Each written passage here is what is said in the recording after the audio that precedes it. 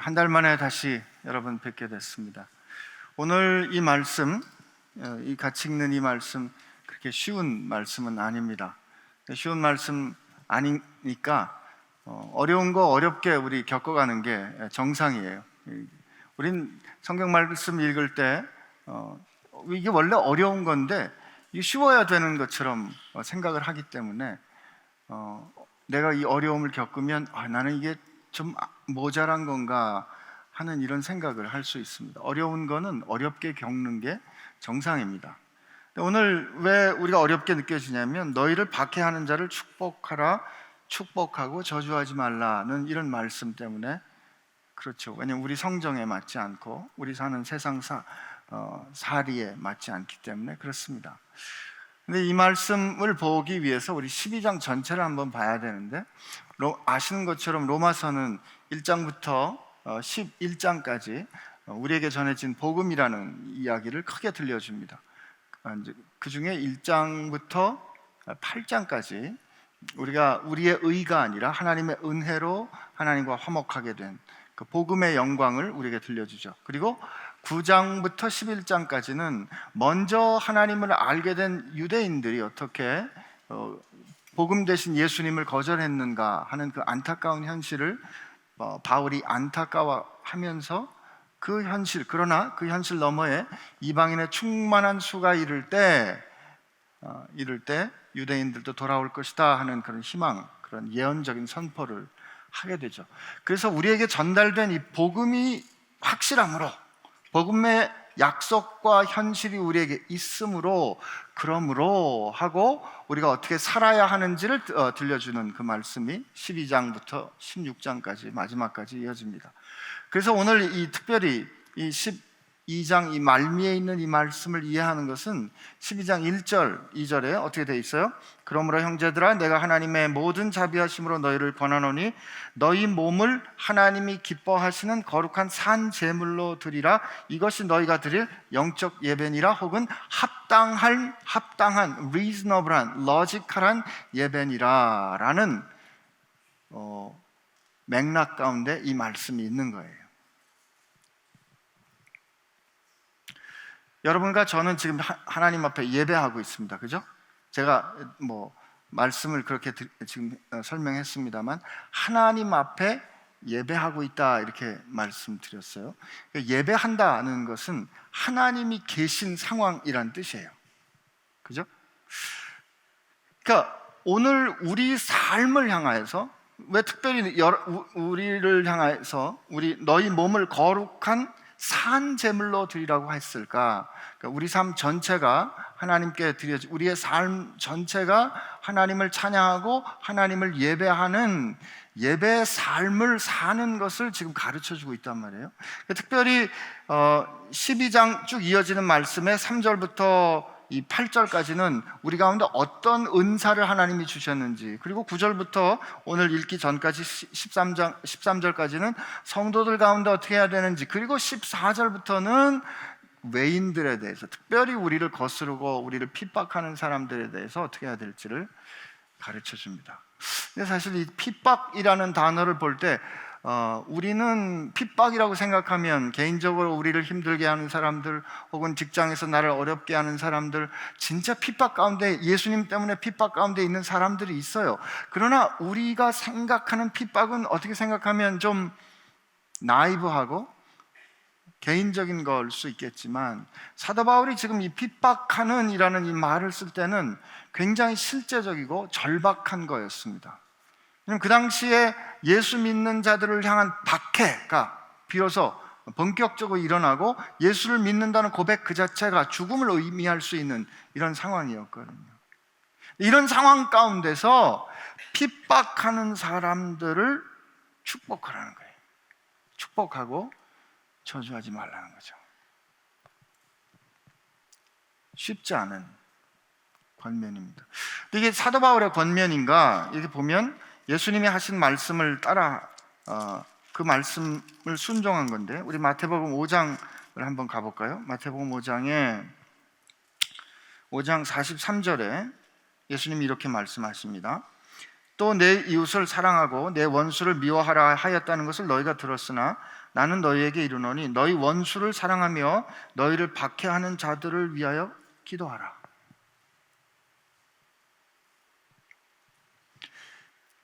예수님이 지금 뭐라고요? 너희 원수를 사랑하고 너희 박해하는 자들을 위하여 뭐하라?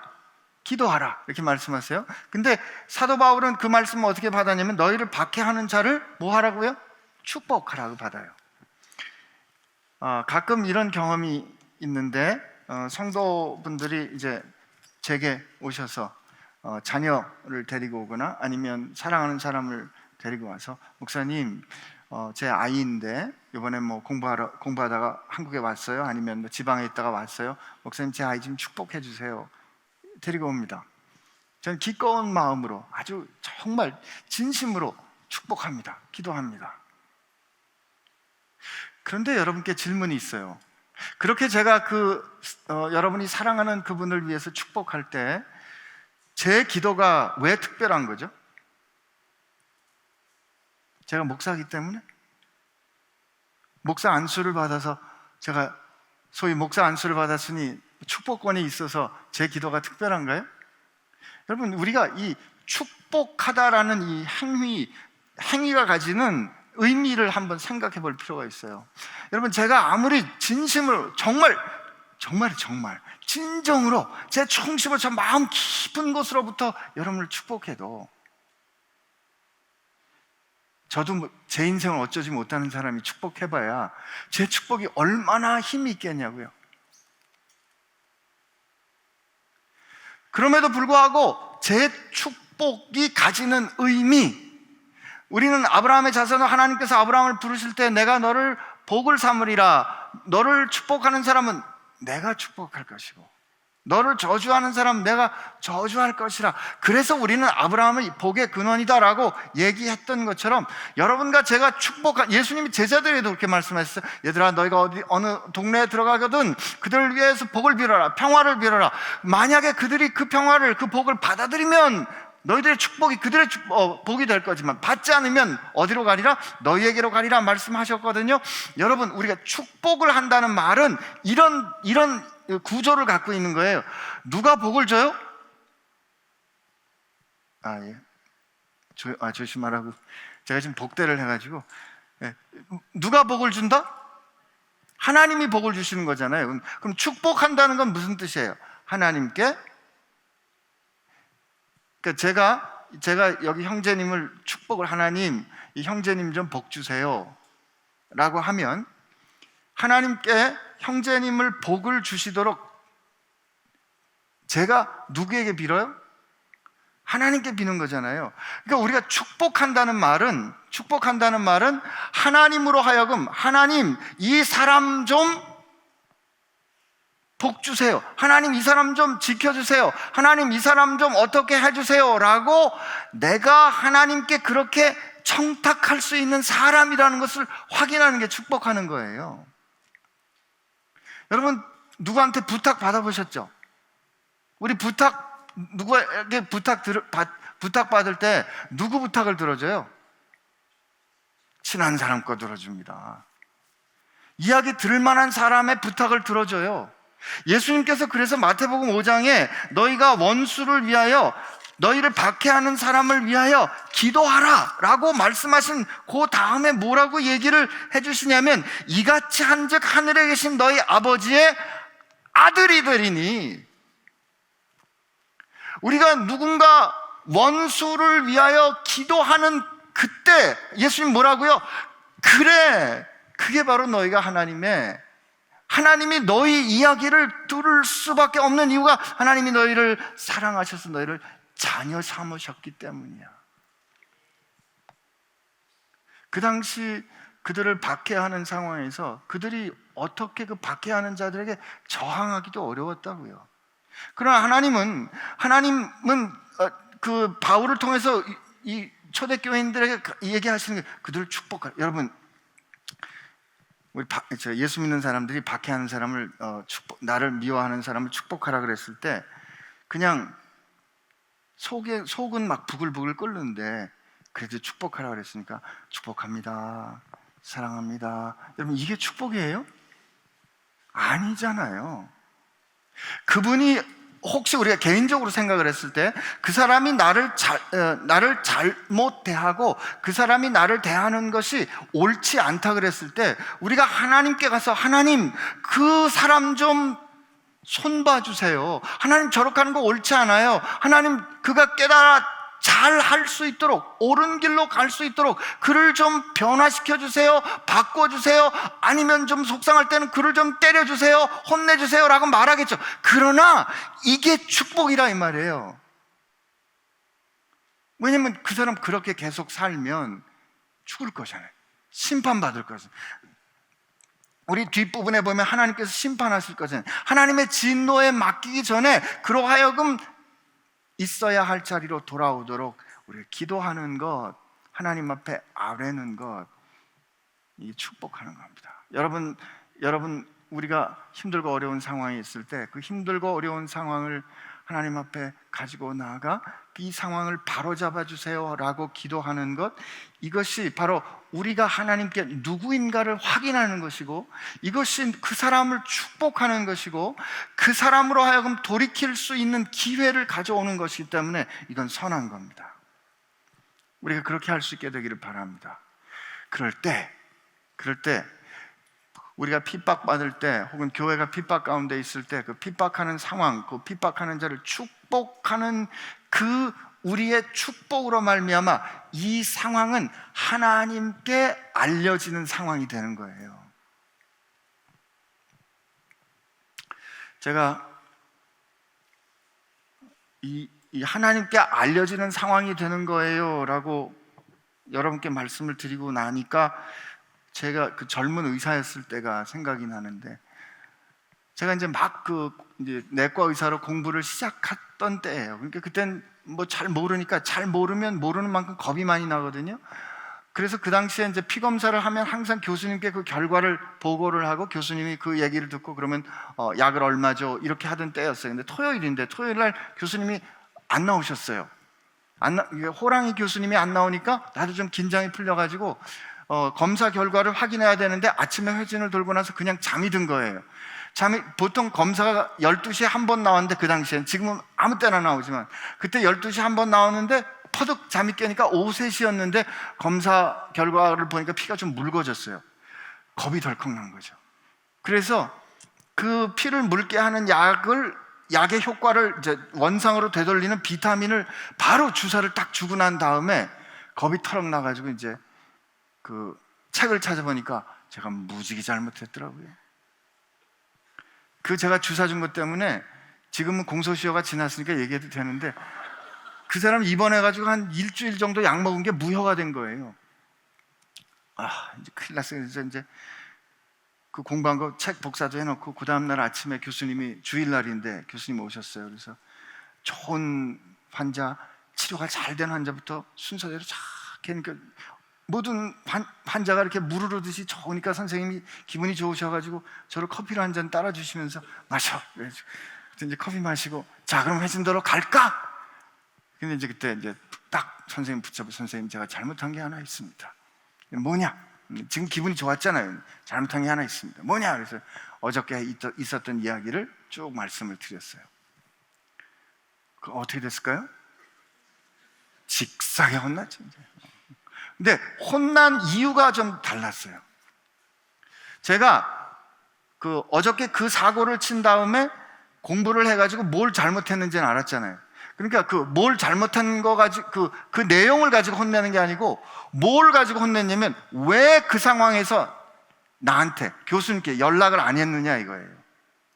너는 그때 그 문제를 혼자서 처리할 수 있는 충분한 능력이 안 됐고 그때 네가 나한테 늦었어도 전화를 했으면 그때 전화했기 때문에 그 문제는 그때부터 내 문제가 돼, 내가 책임져야 될 문제가 돼. 그러면서 교수님이 저한테 뭐라 그러죠? 너 고아야? 너 애비 없는 자식이야? 왜 네가 혼자 책임지려고 그래? 너 능력도 없으면서 왜 네가 혼자 책임을 지려고 그래? 네가 뭘 잘못했는지 알겠어? 너는 나한테 전화하지 않은 걸 잘못한 거야. 그때요 제가 굉장히 혼나는데도 한편으로는 묘한 기분이 드는 거 있죠. 저분이 나를 자식으로 보나? 애비 없는 자식이야? 애비 없는 자식이야? 몇 번이나 그렇게 하시더라고요. 근데 그날 제가 좀 지혜롭게 하긴 했나 봐요. 보통 이런 상황이 되면 자넨 필요 없네, 그리고 쫓겨나는데 안 쫓겨났어요. 안 쫓겨났어요. 여러분, 우리가 혹시 그때 전화 안 했던, 겁이 나서 내 마음대로 엉겁결에 결정하는 저 같은 실수를 인생에 하는 건 아닌가 모르겠어요. 여러분, 내가 힘들다 그럴 때, 박해받는다 그럴 때 하나님 앞에 그 박해받는 사람의 이름을 부르고 가지고 가는 것이, 그게 우리가 컴플레인하는 걸 수도 있고 하나님 앞에 탄식하는 걸 수도 있고, 오늘 그래도 우리가 말씀에 의지해서 하나님 그 사람 바로 갈 수 있게 해주세요라고 그를 축복하는 걸 수도 있겠어요. 그러나 우리가 이 상황을 하나님 앞에 가지고 가는 그 순간에 원래 그것이 하나님이 통치하시는 거였지만 우리로 뭘 깨닫게 된다? 아, 이거는 내가 책임지고 내가 혼자서 어떻게 하는 일이 아니라 하나님께서 통치하시고 하나님께서 이끌어 가시는 바로 하나님의 일이구나라는 것을 깨닫게 되는 거란 말이죠. 여러분, 핍박받는다 생각하실 때 기도하세요. 이로써 우리가 하나님의 아들인 것을 알게 될 겁니다. 여러분, 그를 위하여 하나님, 이 상황이 이렇게 되면 안 됩니다라고 기도하는 게 그를 향한 축복인 걸 알고 기도하세요.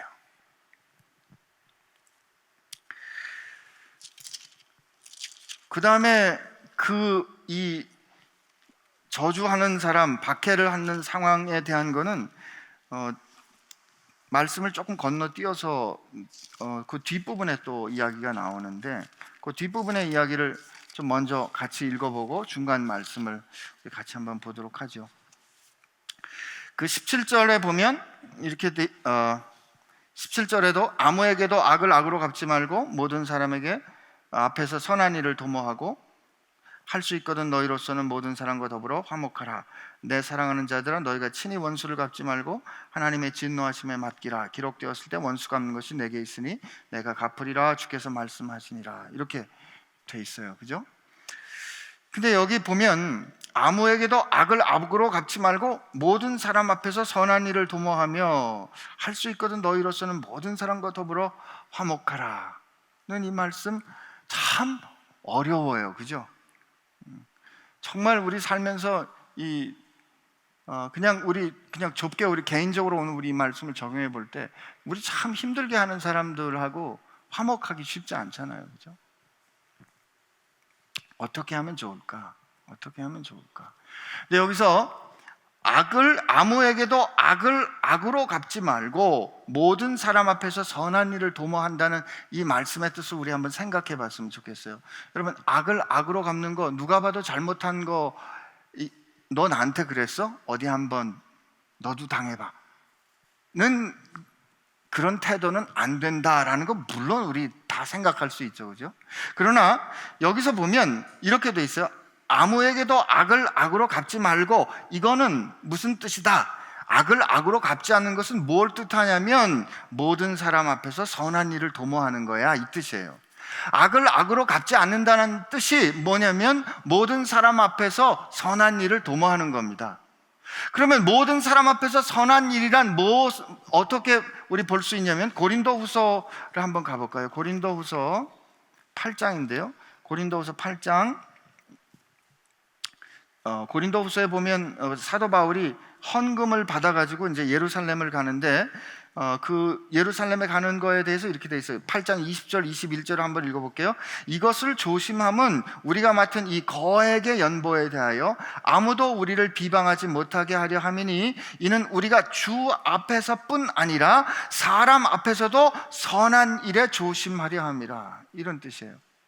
여기에 사도 바울이 모든 사람 앞에서라는 이것을 어떻게 이해하는 거냐면 주 앞에서, 주님 앞에서, 하나님 앞에서, 그리고 사람 앞에서. 여러분, 이 악한 일을 악으로 갚지 않는다의 의미는 모든 사람 앞에서 선한 일을 도모하는 것인데, 모든 사람 앞에서 선한 일이란 하나님 보시기에, 그리고 사람들 앞에서 부끄럽지 않은 일이에요. 다시 한번요. 하나님이 보시기에, 사람들이 보기에 부끄럽지 않은 일, 내가 하나님 앞에서도 감추지 않고 할 수 있는 일, 사람들 앞에서도 감추지 않고 할 수 있는 일, 이게 선한 일이에요. 악한 일을 악한 일로 갚지 말라고 했을 때 그 악한 일이란 내 뜻대로 하는 거거든요. 이게 선악과를 따먹은 결정과 마찬가지예요. 하나님 앞에서, 사람 앞에서 떳떳하게 하지 못할 일, 이게 악한 거거든요. 내가 한번 손 좀 봐줘야지 하는 그런 생각과 결정은 하나님 앞에서, 사람 앞에서 우리 꺼내놓을 수 있을까요? 없을까요? 못 꺼내놓습니다. 그렇기 때문에 악한 일을 하지 않는다는 뜻은 우리가 하나님 앞에서 또 사람들 앞에서 누가 물어볼 때도 100번 물어봐도 100번 똑같이 대답할 수 있도록 하나님께 뜻을 물어 행하는 것, 이게 선한 일을 도모하는 거예요. 난 우리가 그렇게 할 수 있게 되기를 축복합니다. 이게 선한 일이기 때문에 늘 감동적이고 늘 쉽고 늘 누구나 동의를 하고 늘 누구에게나 환영받는 일이다가 아닐 수도 있어요. 그러나 이것이 하나님께서 우리에게 주신 말씀으로 분명하고 하나님 앞에서 부끄럽지 않은 결정이고 사람들 앞에서도 부끄럽지 않은 결정이라고 말했을 때 혹여 그것 때문에 어려움을 겪을 수 있어도, 혹여 그것 때문에 우리가 힘든 일을 겪게 될지라도 우리가 그것을 하는 거, 이게 선한 일을 도모하는 거란 말이죠. 이렇게 할 수 있을 때, 우리가 비로소 모든 사람들하고 화목할 수 있다고요. 여러분, 우리가 사람들과 더불어 관계가 화목하게 되지 못하는 이유는 그 사람을 향한 내 숨겨진 의도가 있을 때 우린 화목하기 어렵습니다. 그 사람하고 관계가 편안하지 않아요. 그러나 하나님, 이 모든 사람과 더불어 화목하라라는 이 말처럼 어려운 말씀이 없어서 저도 좀 고민을 해봤는데, 예수님이 굉장히 이거하고 비슷한 말씀에서 재미난 말씀을 해주신 게 있어요. 마가복음 우리 한번 가볼게요. 마가복음에 가보면 마가복음 9장인데요. 마가복음 9장 그 끝 무렵에 막 그 지옥 얘기를 하시다가 갑자기 이런 얘기를 하세요. 마가복음 9장 50절인데 이렇게 돼 있어요. 소금은 좋은 것이로되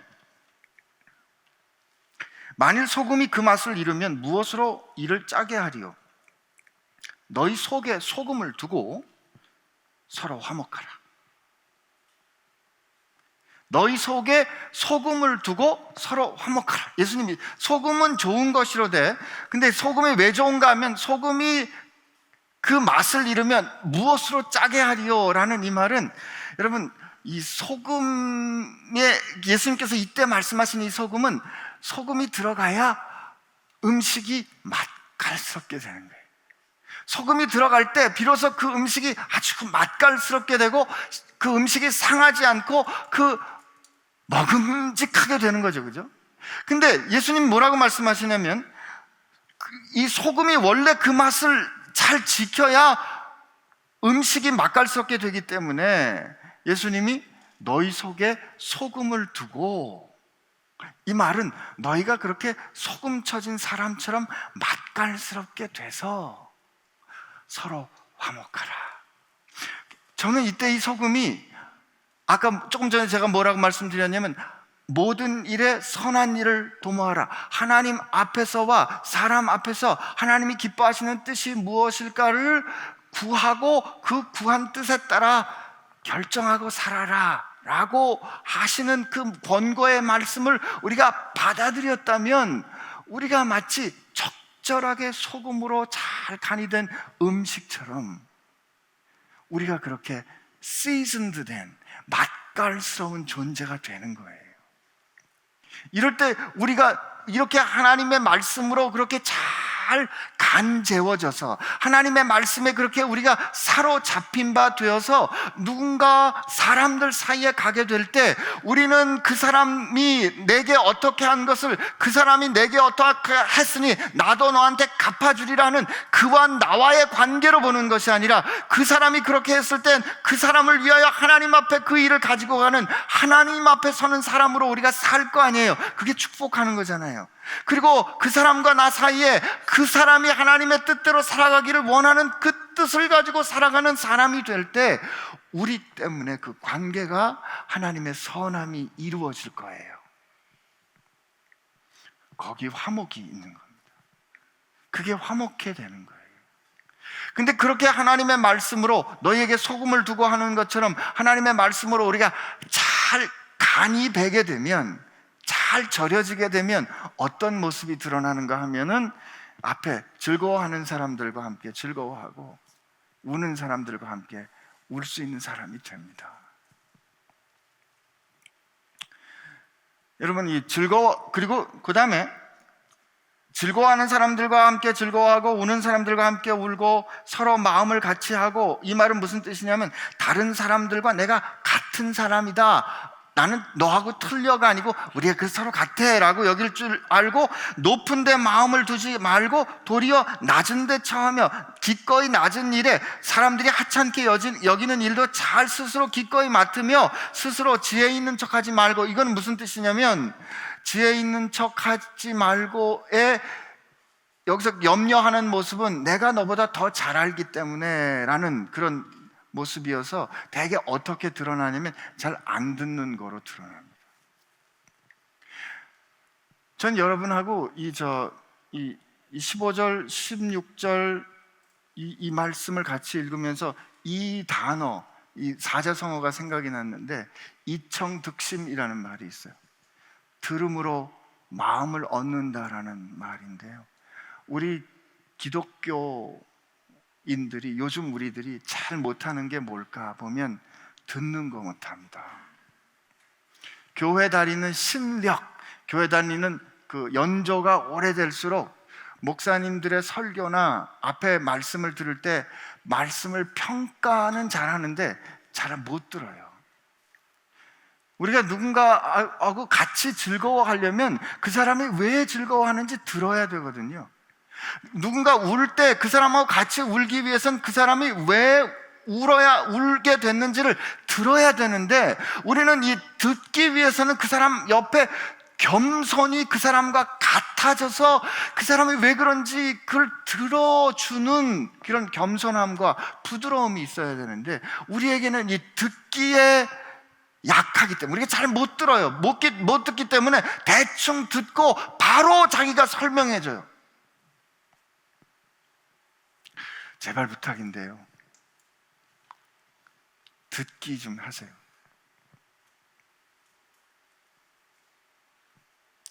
그리고 누군가 막 이렇게 울 때 말이에요, 그 우는 사람 옆에 갔을 때 이 사람이 정말 왜 이런 일이 일어났을까, 우리 참 헤아려지지 않을 때 있잖아요. 어쩌면 이런 일이 갑자기 이렇게 일어날 수 있을까라고 그런 생각이 들 때 괜히 섣불리 그 이유 설명하려고 그러지 마시고 그냥 옆에 머물러 주세요. 제발 부탁인데, 하나님의 뜻이 이래라고 그냥 쉽게 설명하지 말라고요. 제일 안타까운 것 중에 하나는, 여러분 입장을 바꿔놓고 생각해서 지금 갑자기 정말 청천벽력 같은 일이 일어나서 억장이 무너지는 순간에 그 억장이 무너지는 일을 겪어내는 그 과정이 있잖아요. 근데 어느 날 누군가 쑥 하고 와가지고 나하고 잠시 머물러 있다가 야, 내가 보니까 이거는 이렇기 때문이야 라고 이유를 따박따박 설명해 줄 때 위로가 되냐면 위로 안 됩니다. 차라리 그때는 왜 이런 일이 일어났을까, 어떻게 이런 일이 일어났지 라고 여러분이 당황해하는 모습, 힘들어하는 모습, 그냥 그거를 나눠주는 게 오히려 그게 진정성 있는 위로가 될 수 있거든요. 그래서 그냥 빨리 급하게 말하려고 그러지 마시고 좀 들어주세요. 제발 잘 물어보고, 즐거워하는 사람이 야, 너 뭐 때문에 그렇게 즐거워? 아니면 힘든 사람에게는 굳이 이유 물어보지 말고 그냥 옆에 잠시 머물러 그냥 말없이 그가 기댈 수 있는 어깨가 되어주든지, 누군가 울고 있는 그가 부끄럽지 않도록 그를 좀 가려주든지, 나는 그렇게 해주시는 겸손함이 여러분들의 있기를 축복합니다. 하나님의 뜻은 그가 깨달아야 돼요. 괜히 하나님의 뜻 빨리빨리 말하지 마시고요. 여기 즐거워하는 사람들과 함께 즐거워하고 우는 사람들에게 하나님의 뜻을 설명하라 그러지 않았잖아요. 함께 울라 그랬거든요. 여러분 그렇게 하실 수 있기를. 여기 이 같이, 이 15절 16절에 보면 같이 함께 이렇게 하는 이 공감하는 이런 태도가 있어요. 그래서 난 여러분들에게 이 미덕과 능력이 있게 되기를 바랍니다. 하나님께서 나를 어떻게 대하셨다는 걸 알게 되면 우리는 그 하나님의 눈으로 그 사람들 바라볼 수 있게 될 겁니다.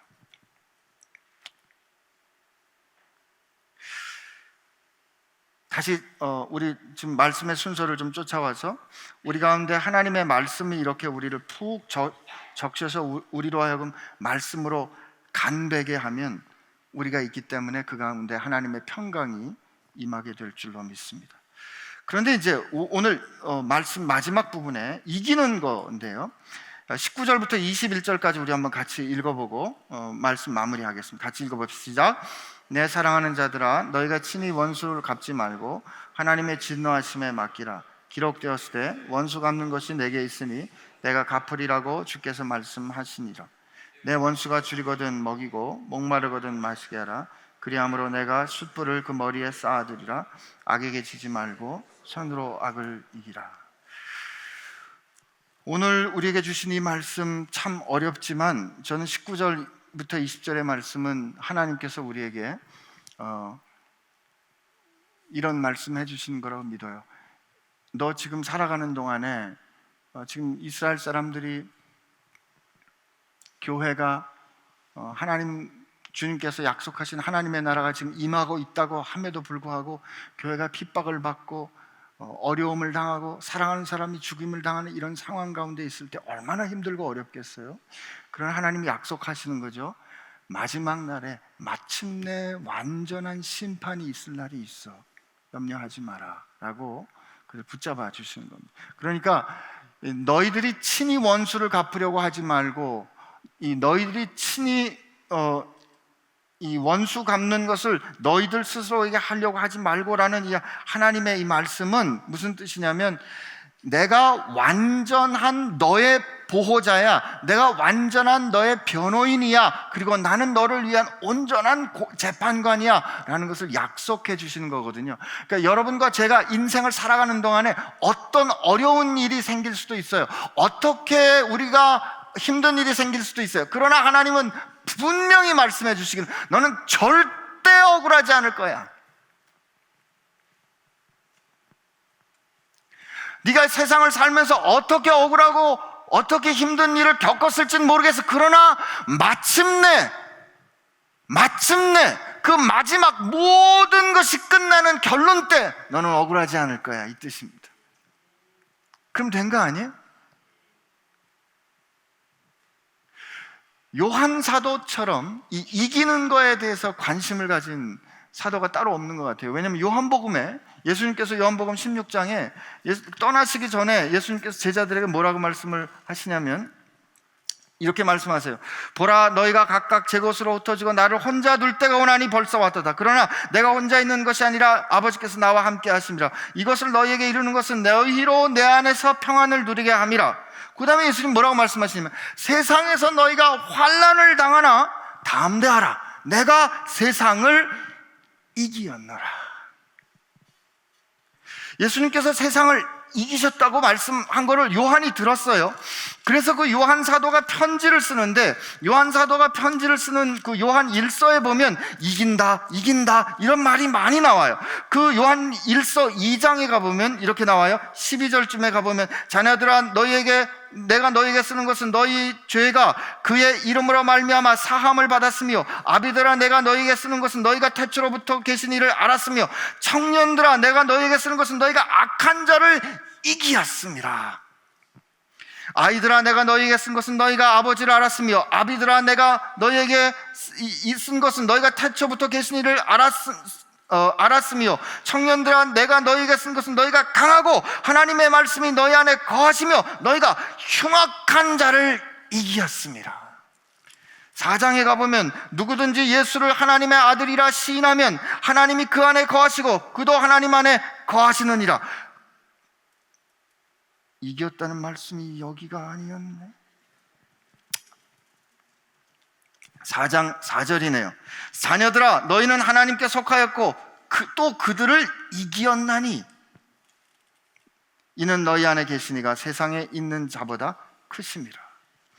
5장에 예수께서 그리스도이심을 믿는 자마다 하나님께로부터 난 자니 또한 낳으신 이를 사랑하는 자마다 그에게서 난 자를 사랑하느니라. 무릇 4절 하나님께로부터 난 자마다 세상을 이기느니라. 세상을 이기는 승리는 이것이니 우리의 믿음이니라. 예수께서 하나님의 아들이심을 믿는 자가 아니면 세상을 이기는 자가 누구냐? 라고 요한 사도가 편지를 쓰는데, 그 요한 사도가 어떻게 이렇게 이김을 이야기할 수 있을까 이 말이에요.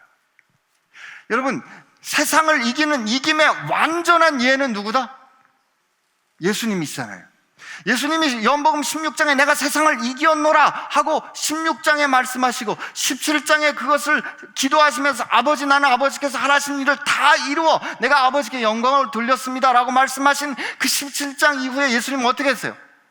18장에 잡혀 십자가에 달리시잖아요. 세상이 볼 때 세상이 예수님을 이겼다고요? 그러나 우리가 세상을 이기는 이김은 하나님께서 원하시고 기뻐하시는 그 하나님의 뜻이 이 세상 가운데 살아나는 것이 우리가 이기는 이김이에요. 세상을 살아가는 동안에 우리가 하나님과 사람 앞에서 기뻐하시는 그 뜻을, 그 일을 도모하다가 그 일을 가지고 사람들 가운데 화목하는 역할을 했는데, 그 화목하는 역할을 하다가 우리는 세상 가운데서 지는 것처럼 보일 수도 있어요. 손해를 그렇게 하면 안 될 걸 하다가 진짜 우리가 손해보고 꺾이는 것처럼 보일 수 있다고요. 그러나 우리의 이기는 이김은 세상에서 꺾임으로 경험될 수도 있는 거예요. 사도 요한이 이렇게 말할 수 있는 이유는, 또 내가 새 하늘과 새 땅을 보니 처음 하늘과 처음 땅이 없어지고 바다도 다시 있지 않더라. 내가 들으니 보좌에서 큰 음성이 나서 이르되 보라 하나님의 장막이 사람들과 함께 있음에 하나님이 그들과 함께 계시리니 그들은 하나님의 백성이 되고 하나님은 친히 그들과 함께 계셔서 모든 눈물을 그 눈에서 닦아주시니 다시는 사망이 없고 애통하는 것이나 곡하는 것이나 아픈 것이 다시 있지 아니하리니 처음 것들이 다 지나갔습니다. 보좌에 앉으신 이가 이르시되 보라 내가 만물을 새롭게 하노라. 지금 예수님께서 그렇게 만들고 계세요 하시고 또 이르시되 이는 신실하고 참되니 기록하라 하시고 또 말씀하시되 이루었도다. It has happened. 여러분과 제가 세상 가운데서 이 우리가 겪는 모든 상황이 하나님 앞에서 일어난 상황인 것을 인정하고, 우리가 힘들고 어려울 때 우리를 힘들고 어렵게 하는 상황이나 사람들을 하나님 앞에 축복함으로 기도하는 이것은, 그리고 그 상황 가운데서 하나님이 기뻐하시는 뜻에 따라 생각하고 결정하고 말하고 행동하는 것은, 우리가 이렇게 해서 지금 우리가 세상을 어떻게 하든지 이기려는 것이 아니라, 이렇게 해서 우리가 악을 선으로 이기려고 애쓰는 것이 아니라, 하나님이 이미 이기신, 주님께서 이미 다 이루었다 하신 그것을 우리가 경험하는 거라 이 말이에요. 난 이것을 믿게 되시기를 바랍니다. 여러분, 오늘 이 말씀 세상 살면서 따라 지키기 어려워요. 아파요. 힘들어요. 제가 어렵지 않다, 아프지 않다, 힘들지 않다 말하는 거 아니에요. 그런데 말이에요, 오늘 이 얘기로 말씀 마칠게요. 제가 며칠 전에 하여튼 굉장히 속을 끓이고 난 다음에 허리가 똑 끊어지게 아프게 됐어요. 너무 허리가 아파가지고 이렇게 여러분 허리 아파 보셨죠? 이렇게 허리 아플 때 이렇게 일어나면 일어날 때마다 막 허리가 이리로 쩌렁 이리로 막 계속 꼼짝도 못하고 그러잖아요. 그래서 제가 너무 아파가지고 제가 목 아플 때 쓰던 경험이 있어서 어느 회사에 연락을 했어요. 회사에 연락해서 지금 차고 있는 복대를, 특수 복대를 하나 주문을 했습니다. 여러분 혹시 아프시면 제가 추천해 드릴게요. 이 복대는 딱 이 복대를 두르고 펌프로 에어를 이렇게 착 넣으면 이게 뒤에 있다가 이게 제 몸에 맞춰서 이 복대가 쫙 펴지면서 제 허리를 꽉 잡아줘요. 근데 이 복대가 그러면서 이게 쭉 이 서포터가 쭉 올라오면서 제 허리를 꽉 잡아주는데 이 허리가 이 복대가 제 허리를 꽉 잡아주는 그 순간에 제가 움직일 때 이리로 힘들고 저리고 어렵고 하던 그게 견뎌질 만한 거예요. 그 복대가 꽉 잡아주는 그 힘 때문에 제가 일어설 수 있고 오늘 지금 여기 서서 이렇게 여러분한테 얘기할 수 있는 거라고요. 여러분 이게 무슨 뜻이에요? 세상 살아가는 동안에 우리가 하나님 말씀을 하나님 뜻대로 사람과 우리들 사이에 하나님 뜻대로 살아가는 그 선한 일을 도모하는 그것이 아파요, 힘들어요, 어려워요. 그래서 아프고 힘들기 때문에 우리가 못 움직이고 어려울 때 사도 요한이 봤던 그 비전의 말씀, 하나님의 장막이 우리와 함께 하심에 그가 우리 모든 눈물을 닦아주시고 다시 아프지 않을 것이고 그가 이미 다 이루었다 하신, 내가 세상보다 크고 세상보다 큰 내가 너와 함께 있어, 너 어렵고 힘들 때마다 나한테 얘기하는 그 말씀이, 그 약속이 나를 꽉 붙잡아줄 때 내가 아파도 일어설 수 있는 거지.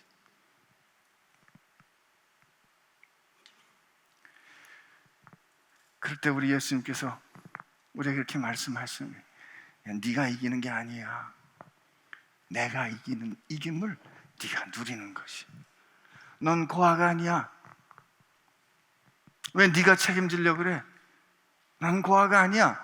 힘들어? 나한테 얘기해. 너를 박해하는 사람 있어? 나한테 얘기해. 그게 축복이야. 그리고 내가 내게 준 약속 그걸 믿고 일어서 봐. 이럴 때 우리에게 주신 선함으로 악을 이기게 될 겁니다. 여러분, 우리가 악에게 진다는 것은 하나님이 우리가 아버지이신 것을 잊어버리고 고아로 사는 거예요. 여러분, 고아가 아닙니다. 하나님 앞에 알아요. 하나님께서 주시는 말씀으로, 그 하나님의 말씀이 선함으로 여러분이 겪어야 하는 모든 악함을 이겨내시기를 바랍니다. 아니, 주님께서 이긴 것을 누리시기를 축복합니다. 우리 같이 기도하겠습니다.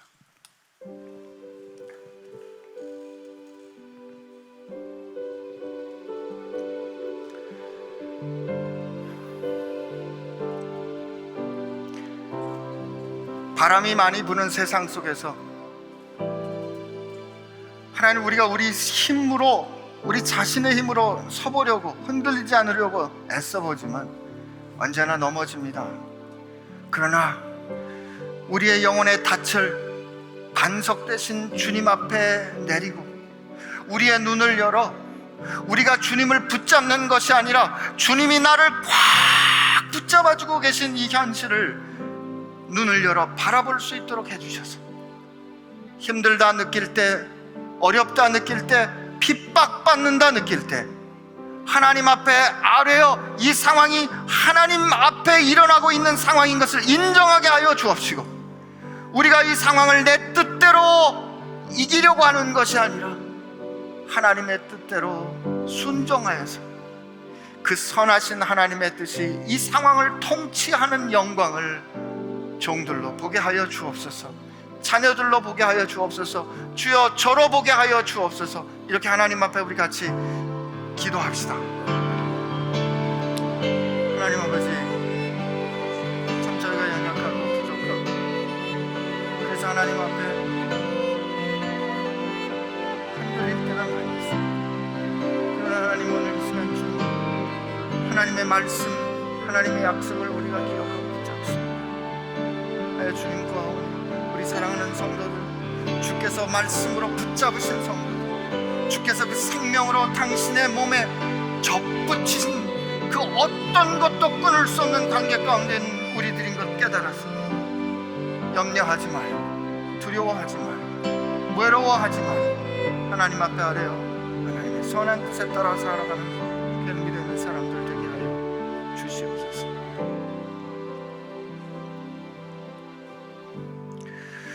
하나님, 살면서 어려운 일을 겪을 때, 살면서 힘든 일을 겪을 때 내가 여전히 하나님의 사랑 가운데 있나? 내가 여전히 하나님의 관심 가운데 있나? 내가 여전히 하나님의 눈길 안에 있나? 하나님, 의심될 때가 있습니다. 그러나 하나님, 오늘 우리에게 주신 하나님의 말씀을 기억합니다. 오늘의 일이나 장래의 일이나 사망이나 생명이나 하늘의 천사들이나 그 어떤 권세라도, 그 어떤 능력이라도, 그 어떤 것이라도 우리를 향하신 하나님의 사랑에서 우리를 끊을 수 없다고 선언하신 그 하나님의 말씀을 기억합니다.